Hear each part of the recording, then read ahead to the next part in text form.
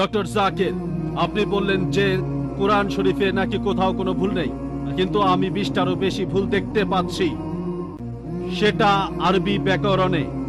এখানে তার কয়েকটা আমি আপনাকে বলছি। ইন্নাল্লাযীনা আমানু ওয়াল্লাযীনা হাদু ওয়াস-সাবিউন। এটা আছে সূরা বাকারায় আর সূরা হাজে। ইন্নাল্লাযীনা আমানু ওয়াল্লাযীনা হাদু ওয়াস-সাবিঈন। এখানে কোনটা ঠিক, সাবিঈন নাকি সাবিউন? এটা 1 নাম্বার। আর 2 নাম্বার হলো কোরআনে আছে। ভাই একবারে একটা প্রশ্ন করেন। হ্যাঁ, কিন্তু এছাড়াও আরো আছে। সূরা তাহার 63 নম্বর আয়াতে আছে। ইন্না হাযানি লাসাহিরান। ভুল।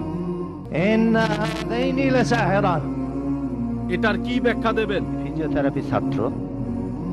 আমার প্রশ্ন হলো, আল্লাহর আদম হাওয়াকে সৃষ্টি করার কি প্রয়োজন ছিল, অথবা এই বিশ্ব জগৎ এগুলো সৃষ্টি করে কি উপকার পাবে?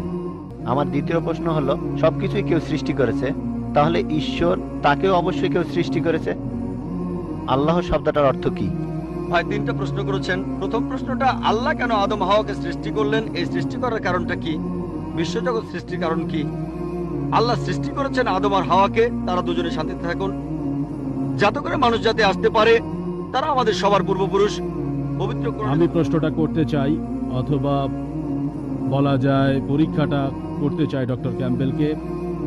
আপনাকে বাইবেলের সেই ফলসিফিকেশন টেস্টটা দিতে বলছি, যেটা আছে বুক অফ মার্কের 16 নম্বর অধ্যায়ের 17 এবং 18 নম্বর অনুচ্ছেদে। আর আমাদের সবার সামনে আপনি প্রমাণ করে দেখান যে আপনি সত্যিকারের একজন খ্রিস্টান বিশ্বাসী। ডক্টর